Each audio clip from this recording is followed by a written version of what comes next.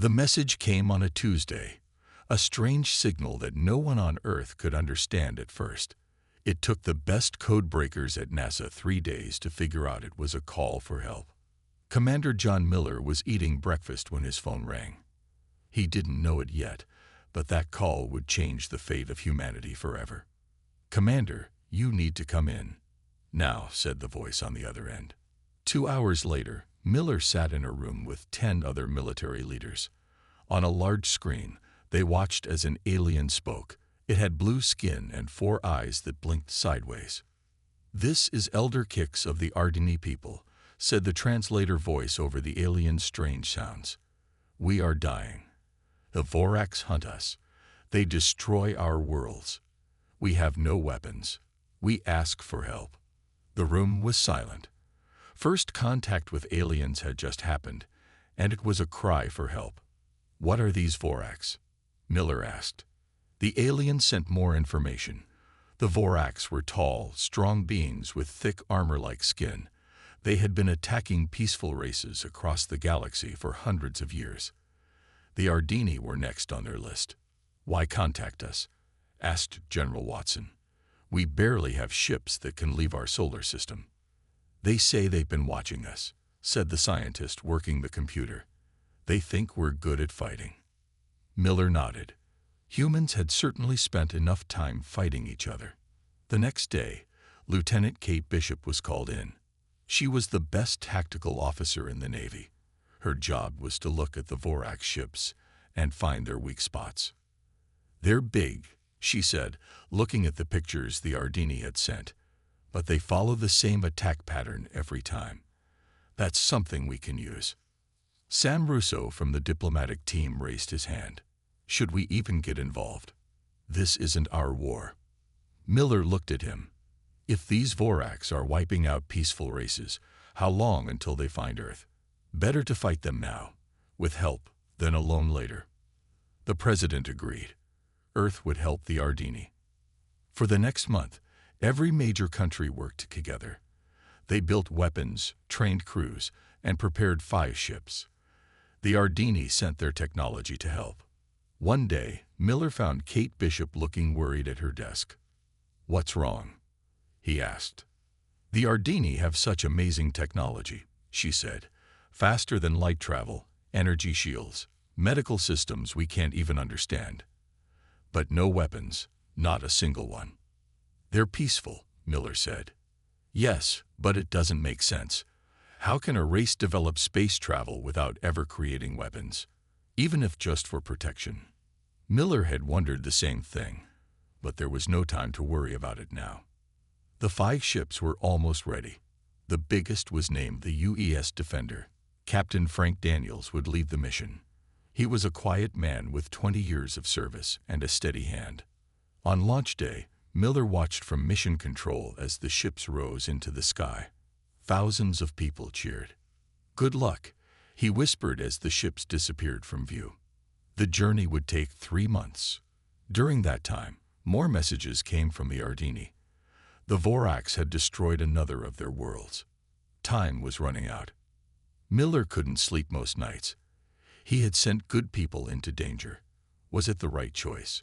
Would humans make a difference against an enemy that had been winning for centuries? Only time would tell. And somewhere in the darkness of space, 5 human ships were racing to find out. The clock was ticking. Every day, the Vorax destroyed more Ardini homes. Earth's best minds worked around the clock to prepare for the fight ahead. Chief Engineer Alan Parker hadn't slept in 2 days. His workshop was filled with strange alien parts mixed with human weapons. The Ardini had sent their best scientists to help. "This doesn't make sense," Parker said, rubbing his tired eyes. "Your energy systems are so advanced, but you never use them for weapons." The Ardini scientists, Tellus, blinked his 4 eyes. "We create, not destroy." Parker picked up a standard Navy missile. "What if we combine your energy field with our explosive power?" They worked for hours. When they tested the new weapon, it blew a hole through 3 feet of solid steel. Parker smiled for the first time in days. Across the base, Olivia Grant studied Ardini records of Vorax attacks. As a military strategist, she looked for patterns that others missed. They always attacked the same way, she told Commander Miller during a meeting. First, they send scouts. Then they surround the planet. Their ships form a net pattern, and they always target communication centers first. Can we use that against them? Miller asked. Yes, Grant said. They're powerful but not creative. They don't expect anyone to fight back in new ways. In the science lab, Dr. Lisa Wells had a different job. She studied Vorax biology from samples the Ardini had collected. Their skin is like armor, she explained to Captain Daniels. But they can't handle certain frequencies of sound. And their ships have the same weakness as their bodies. They can't release heat fast enough under stress. Daniels nodded. So we overload them, and they cook themselves. Exactly. On the training field, crews prepared for space combat.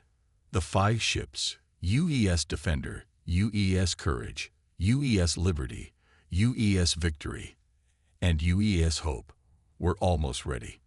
Each held a crew of 50, the best Earth had to offer.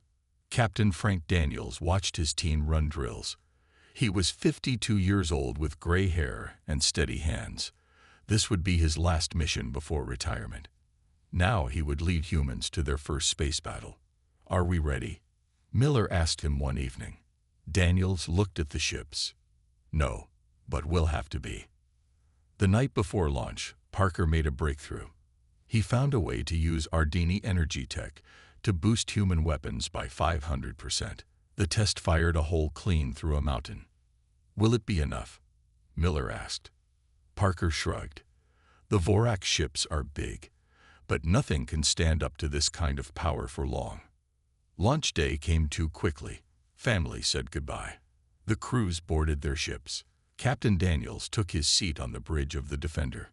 All systems check, said his second-in-command, Olivia Grant. Navigation ready, reported Amy Collins from her station. Weapons online, Peter Walsh confirmed. Daniels took a deep breath. Begin launch sequence. The 5 ships rose slowly at first, then faster. The ground fell away. Blue sky turned to black. Stars appeared all around them. Ardini jump drive engaging in 3, 2, 1, called Engineer Parker from the engine room. The stars stretched into lines. The ships jumped faster than light, beginning their 3-month journey to Ardini space. On Earth, Commander Miller watched the stars. Somewhere out there, the human fleet was heading toward a war nobody had asked for. But if they didn't fight now, the Vorax might one day come to Earth. And humanity had never been good at surrender. The battle was coming. And despite being outnumbered, Miller had a strange feeling. The Vorax had no idea what they were about to face. Space was cold and empty. For the crew of the 5 human ships, days blended together. They had been traveling for 6 weeks, halfway to Ardini space. On the bridge of the UES Defender, Captain Daniels stared at the star map. How much farther? Navigator Collins. Amy Collins touched her screen. Still 43 days at current speed. Sir. Daniels nodded. Every day they traveled, another Ardini world might be lost. In the communications room, Eric Nelson worked with Ardini language experts. He played a message they had just received. Colony 7 is gone, said the Ardini voice through the translator. 17 of our worlds have now fallen. The Vorax grow bolder. Daniels called a meeting with his officers. We need to understand what we're facing, he said. Nelson, what have you learned from Ardini communications? Nelson cleared his throat. The Vorax don't communicate much. They send one message before each attack. Surrender or die. When planets surrender, the Vorax still kill everyone, just more slowly. The room was quiet.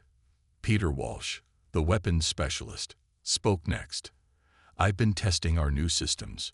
The Ardini energy tech works better than we hoped. One shot can cut through 10 feet of steel. Will it be enough? Daniels asked. Nobody answered. Later that night, Engineer Parker couldn't sleep. He went to the engine room to check the Ardini jump drive again. It hummed with strange energy. The Ardini had given humans this technology to travel faster than light. Without it, the journey would take years, not months. "Trouble sleeping?" asked Kate Bishop, entering the room. Parker nodded. "I keep wondering why the Ardini never built weapons. They have all this amazing technology." "Maybe they never needed to fight before," Bishop said. "Maybe." But Parker wasn't convinced. On day 53 of the journey, their sensors picked up something new. "Captain to the bridge," called the night watch officer. Daniels arrived in his uniform, though it was the middle of sleep cycle. "What is it?" "Vorax communications, sir. We intercepted them." The message was simple. The Vorax were planning to attack the Ardini homeworld in 30 days. "Can we get there in time?" Daniels asked Navigator Collins. She checked her calculations. "If we push the engines to maximum, yes. But just barely." "Do it," Daniels ordered. For the next month, the ships raced through space faster than any human vessel had ever traveled. The engines grew hot. Engineer Parker worked constantly to keep them from breaking down. With each passing day, the crew trained harder. They ran battle simulations. They studied Vorax tactics. They prepared for a fight against an enemy that had never lost.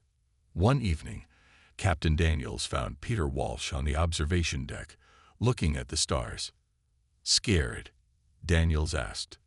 Walsh nodded. "Aren't you?" "Yes," Daniels admitted. "But fear keeps us sharp." 3 days before they would reach Ardini space, their long-range sensors detected the Vorax fleet. It was massive. Over 200 ships.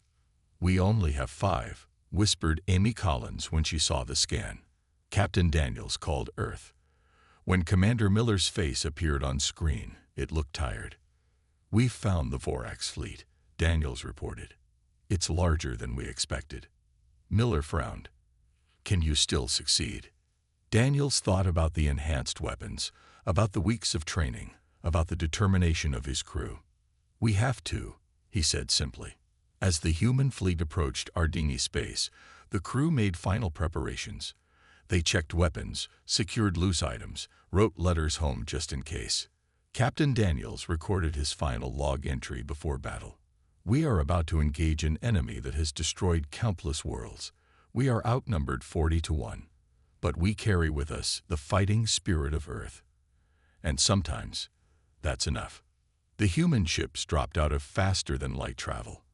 Ahead of them, a beautiful blue planet hung in space, Ardini Prime. And approaching from the other side, the massive Vorax fleet. The battle for the Ardini homeworld was about to begin. Ardini Prime was beautiful. 3 moons circled the blue planet. Shining cities dotted its surface. It looked peaceful, unaware of the danger coming its way. The 5 human ships entered orbit.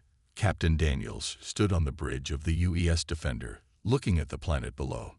"Open a channel to the Ardini," he ordered. A face appeared on the screen. This Ardini was older, with pale blue skin and wise eyes.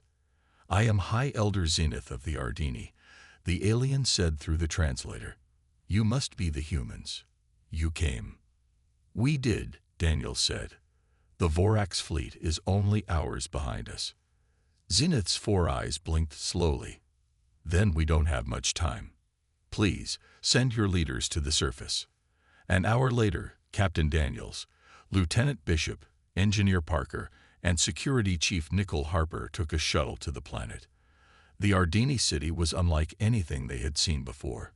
Tall buildings made of crystal reached for the sky. Strange plants grew everywhere. The Ardini themselves walked calmly, though they knew danger was coming.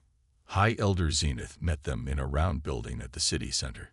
"Thank you for coming so far to help us," he said. "We need to prepare your defenses," Harper said, looking around. "Where are your shelters? Your weapon systems?" "We have no weapons," Zenith said. "And our people do not hide." Harper frowned. "The Vorax will bombard you from orbit. Your cities will be destroyed." "That is why you are here," Zenith said simply. Parker studied a map of the planet. "You have an energy shield around the planet." "Yes, but it only stops natural dangers like asteroids. It cannot stop Vorax weapons. Parker rubbed his chin. Maybe we can change that. While Parker worked with Ardini scientists to improve their shield, Captain Daniels and Lieutenant Bishop made battle plans. The human ships were too few to form a blockade. They would need to be smarter. We'll position one ship over each major city, Bishop suggested. The Defender will stay above the capital. Suddenly, alarms sounded. A voice came over their comms. Captain, this is the Defender. Long-range scanners have detected a single Vorax ship entering the system. Just one? Daniels asked. Yes, sir. A scout. Daniels looked at Bishop. We need that ship intact. If we can study their technology up close. I'll handle it, Bishop said. They rushed back to their shuttle. By the time they reached the Defender, Commander Ryan Foster had already assembled a boarding team. The plan is simple, Foster told them. We disable their engines with a targeted strike, then board through their main airlock. Be careful, Daniels warned. We need prisoners and information, not a fight. Foster nodded. My team is ready. The UES Victory moved to intercept the Vorax scout ship. Its enhanced weapons fired once. The Vorax ship's engines went dark. It drifted in space, powerless. Foster's team boarded in spacesuits. They moved through the alien ship carefully. The inside was dark and hot. They found the crew dead. They killed themselves, Foster reported, but the ship's computer is intact. They brought the computer back to the Defender. Maria Johnson, their best pilot, studied it. This is worse than we thought, she said after an hour. The Vorax aren't just conquering. They call themselves galactic purifiers. They've wiped out hundreds of species already. Can you access their communications? Daniels asked. Johnson nodded. I can send false information to the main fleet when they arrive. Outside, the 3 moons of Ardini Prime cast shadows on the planet. On the surface, Parker worked with the shield. In orbit, the 5 human ships took position. And at the edge of the system, sensors detected movement. The Vorax main fleet had arrived. More than 200 warships, heading straight for Ardini Prime. The real battle was about to begin. The Vorax fleet filled the view screen. 200 massive ships, each 10 times the size of the largest human vessel. They moved in perfect lines toward Ardini Prime. On the bridge of the Defender, Captain Daniels watched calmly. Years of naval battles on Earth had taught him that size wasn't everything. All ships report ready, sir, said Lieutenant Bishop. Daniels nodded. And the false information. Pilot Johnson looked up from her console. Sent and received, sir. The Vorax fleet thinks we have only 3 ships, all damaged from our journey. The trap was set. Using the captured scout ship's codes, they had sent misleading information to the approaching Vorax. Now they had to wait. Down on Ardini Prime, Engineer Parker worked with the local scientists. They had linked the planet's shield to the human weapon systems. It's working, Parker said over the comm. When the Vorax fire on the shield, it will absorb the energy and redirect it to our weapons. Good work, Daniels replied. Get back to the ship. Parker looked at the Ardini scientists. Their 4 eyes blinked in what he now knew was their way of showing respect. Your people understand war in ways we never could, said one Ardini. Parker frowned. That's not something to be proud of. Perhaps today it is, the Ardini replied. Back on the Defender, Dr. Lisa Wells studied the data from the Vorax ship. I found something, she told Captain Daniels. Their ships use living tissue for their heat systems. It's why they keep their ships so hot. Can we use that? Daniels asked. Yes. If we target their cooling vents with our enhanced weapons, the energy surge will overload their systems. Their ships will cook from the inside. Daniels called a final meeting with all ship captains. Each face on the screen looked determined. The Vorax fleet will be in range in 30 minutes, he said. Remember your positions, remember your targets, and remember what we're fighting for. For Earth, said Captain Linda Jackson of the UES Courage. For the Ardini, added Captain Paul Rivera of the UES Liberty. For all the species the Vorax have destroyed, said Captain Grace Chen of the UES Victory. And for all those they would destroy if we fail, finished Captain Steve Morgan of the UES Hope. The human ships moved into their final positions, hidden behind Ardini Prime's moons. The plan was simple but risky. They would let the Vorax get close to the planet, then attack from all sides at once. On the bridge, Navigator Collins counted down. Vorax fleet entering attack range in 10, 9, 8. The main view screen lit up. A Vorax face appeared.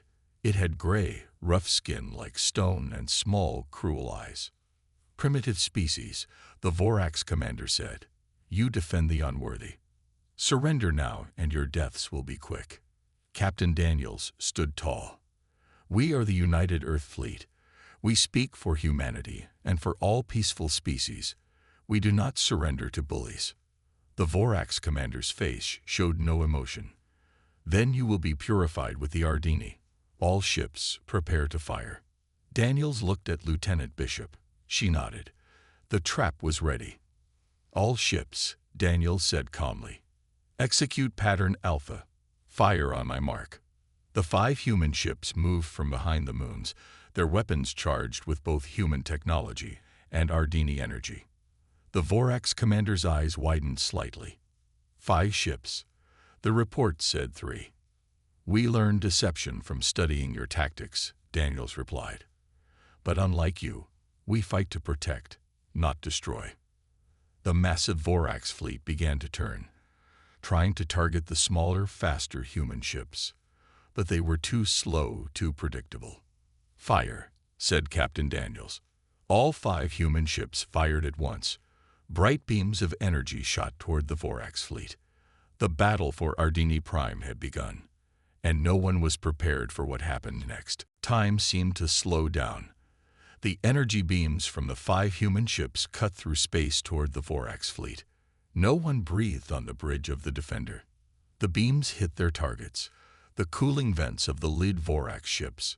For a moment, nothing happened. Then one Vorax ship glowed red. A second later, it exploded in a ball of fire. Direct hit, shouted Weapons Officer Peter Walsh. But it was just one ship out of 200. The Vorax fleet turned to face the human vessels, their weapons charged. Evasive maneuvers, ordered Captain Daniels. The human ships scattered as the Vorax fired. Massive energy blasts filled space. The UES Hope took a glancing hit to its side. Hope reports minor damage, Bishop said. Shields holding at 80%. The human ships regrouped and fired again. This time, 3 more Vorax ships exploded. But it wasn't enough. At this rate, the battle would take hours, and the humans would lose. The plan isn't working fast enough, Daniel said. We need something else. Engineer Parker's voice came over the comm. Captain, I have an idea. The Ardini shield is absorbing Vorax energy like we planned. We can use it all at once. How? Daniels asked. If all 5 ships link with the shield at the same time, we can fire one massive pulse. It will hit every Vorax ship simultaneously. It was risky. To make it work, all 5 human ships would need to form a perfect pentagon around the planet. They would be easy targets for a few crucial seconds. All captains, Daniels called. Form pentagon pattern around the equator. Prepare to link with the planetary shield. The ships moved into position. The Vorax, seeing them grouped together, concentrated their fire. The human shields glowed bright as they absorbed hit after hit. Shields at 60%, Bishop reported. 50%, 40%. Almost in position, Navigator Collins said. 10 more seconds. On the view screen, the Vorax commander appeared again. Your tactics are foolish. You expose yourselves to our fire. Daniels didn't respond. He watched as the ships reached their positions. Pentagon formation complete, Collins said. Link to planetary shield, Daniels ordered. 5 energy beams connected the human ships to Ardini Prime. The planet's shield began to glow. Shields at 20%, Bishop warned. We can't take much more. Energy link at 90%, Parker reported from engineering. 95%, 100%. We're ready. The Vorax commander's eyes narrowed. What are you doing? For the first time, Captain Daniels smiled. Showing you why humans are dangerous. Fire the pulse. All 5 ships fired at once, but instead of shooting at the Vorax, they fired into the planet's shield. The shield absorbed the energy, combined it with the absorbed Vorax weapon energy, and then a massive wave of energy burst from the planet in all directions. It washed over the Vorax fleet like a tsunami. Every ship was hit at exactly the same time. The energy targeted the cooling systems, just as Dr. Wells had planned. 200 Vorax ships began to glow red from the inside. On the bridge of the Defender, everyone held their breath. 1 second passed. 2 seconds. 3. Then the first Vorax ship exploded. Then another. Then 10 more. Like dominoes falling, the entire fleet began to blow apart. It's working, whispered Bishop. In exactly 47 seconds, it was over. Where the mighty Vorax fleet had been, there was now only floating debris. The bridge was silent. Then Navigator Collins spoke. All Vorax ships destroyed. No survivors. Daniels closed his eyes for a moment. The battle they had prepared for, the fight they had traveled months to face, was over in less than a minute. Send a message to Earth, he said quietly. Tell them the human fleet arrived, and the battle was over in seconds. On the planet below, the Ardini watched in amazement. Never in their history had they seen such power. Never had they witnessed such swift victory. And across the galaxy, the news began to spread. Humanity had entered the stars. News of the victory spread fast. The Ardini sent messages to their remaining colonies. Other alien races who had lived in fear of the Vorax heard the story. Humanity had done what no one thought possible. On the bridge of the Defender, Captain Daniels received reports from across the galaxy. Sir, we're getting signals from 12 different species, said Communications Officer Eric Nelson. They all want to talk to us. Daniels rubbed his tired eyes. Tell them we'll respond soon. First, we need to make sure the Ardini are safe. Down on the planet, the Ardini celebrated. Their cities glowed with blue light. Songs filled the air. High Elder Zenith invited the human officers to a special gathering. Captain Daniels, Lieutenant Bishop, Engineer Parker, and Dr. Wells attended. The Great Hall was filled with Ardini leaders and regular citizens. They all wanted to see the humans who had saved them. High Elder Zenith raised his 4-fingered hands for quiet. For generations, the Vorax have hunted peaceful races. Many thought they could not be stopped. But today, 5 ships from a planet most of us had never heard of changed everything. The Ardini cheered. Zenith continued. To honor our saviors, we offer the humans access to all Ardini technology and knowledge. Daniel stepped forward. We thank you. But we didn't fight for payment. We fought because it was right. After the ceremony, Parker talked with Ardini scientists. I still don't understand. You have such amazing technology. Why didn't you ever develop weapons of your own? The lead scientist looked sad. Long ago, we did have weapons. We fought a terrible war among ourselves. Millions died. So we made a choice to remove all weapons from our society forever. But that left you helpless against the Vorax, Parker said. Yes, we chose peace, even at the risk of extinction. Parker thought about human history, filled with wars. Maybe there's a middle path, defense without aggression. Back on the Defender, Lieutenant Bishop studied reports from across the galaxy. Captain, you need to see this, she called. Daniels looked at her screen. All across Vorax-controlled space, enslaved species were rebelling. With the main fleet destroyed, the remaining Vorax ships were being overwhelmed. It wasn't just about saving the Ardini, Bishop said. We've freed half the galaxy. Dr. Wells entered with more news. I know why the Vorax were so successful until now. They targeted peaceful races first. They avoided any species that showed fighting ability. So by attacking the weak first, they appeared stronger than they were, Daniels said. Wells nodded. They were bullies. And like all bullies, they fell apart when someone finally fought back. 3 days after the battle, representatives from 20 alien species arrived at Ardini Prime. They wanted to meet the humans and form an alliance.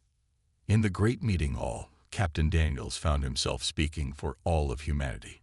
It was a job he hadn't asked for, but one he now accepted. The Vorax believed that strength came from destruction, he told the gathering. We believe it comes from protection. From this day forward, let us build a galaxy where the strong defend the peaceful, where knowledge is shared, and where no species needs to face extinction alone. The aliens cheered. Treaties were signed. The beginnings of a galactic alliance formed that day. As the meetings continued, Captain Daniels stood by a window looking at the stars. Lieutenant Bishop joined him. "What are you thinking?" she asked. "About Earth," he said. "When we left, we were just humans. When we return, we'll be citizens of the galaxy." Bishop smiled. "And we'll bring friends." Outside the window, ships from a dozen alien races orbited Ardini Prime. Some would travel with the human fleet back to Earth. A new age had begun, all because 5 ships had arrived and ended a battle in seconds. But the greatest changes were still to come. 3 months later, the 5 human ships approached Earth. They weren't alone. 12 alien vessels traveled with them, carrying representatives from different worlds eager to meet humanity. On the bridge of the Defender, Captain Daniels watched as the blue planet grew larger on the view screen. Home had never looked so beautiful. "Send a message to Earth Command," he told Communications Officer Nelson. "Tell them we're back, and we've brought guests." Commander Miller was waiting when the ships landed. The landing field was crowded with officials, reporters, and curious citizens. No one had expected the fleet to return with aliens. Daniels was the first to exit his ship. He saluted Miller. "Mission accomplished, sir." Miller smiled. "So I've heard. Your message about ending the battle in seconds has been played on every news channel for weeks." The crew of all 5 ships lined up behind their captains. They stood tall, proud of what they had achieved. Then the alien representatives emerged from their ships. The crowd gasped. Real aliens walking on Earth. High Elder Zenith led the Ardini group.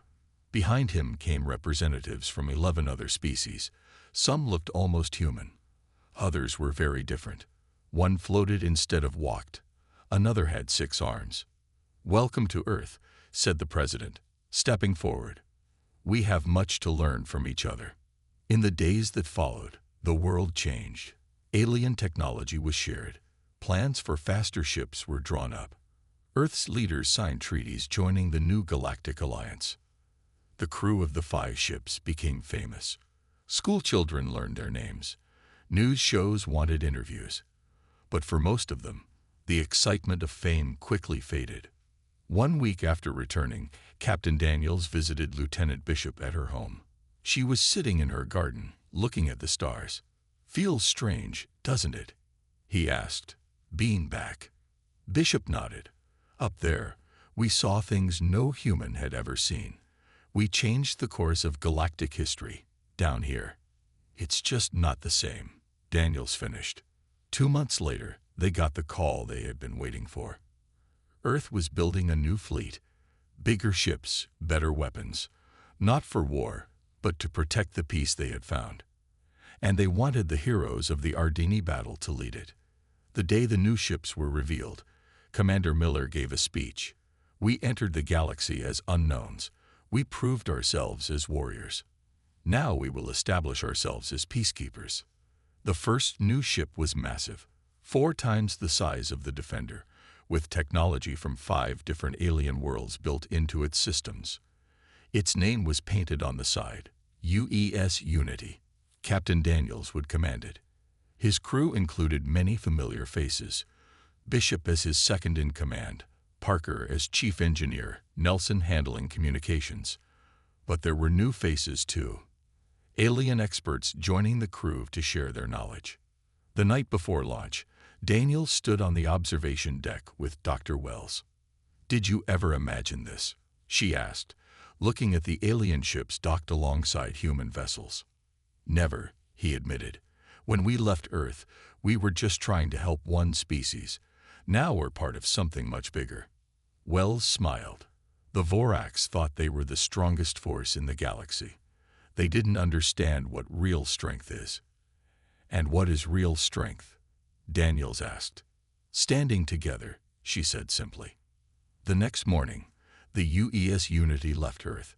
5 more ships followed it. Their mission was to explore, to protect, to represent humanity among the stars. They carried with them the lesson they had taught the galaxy, that sometimes the most unexpected species can change everything.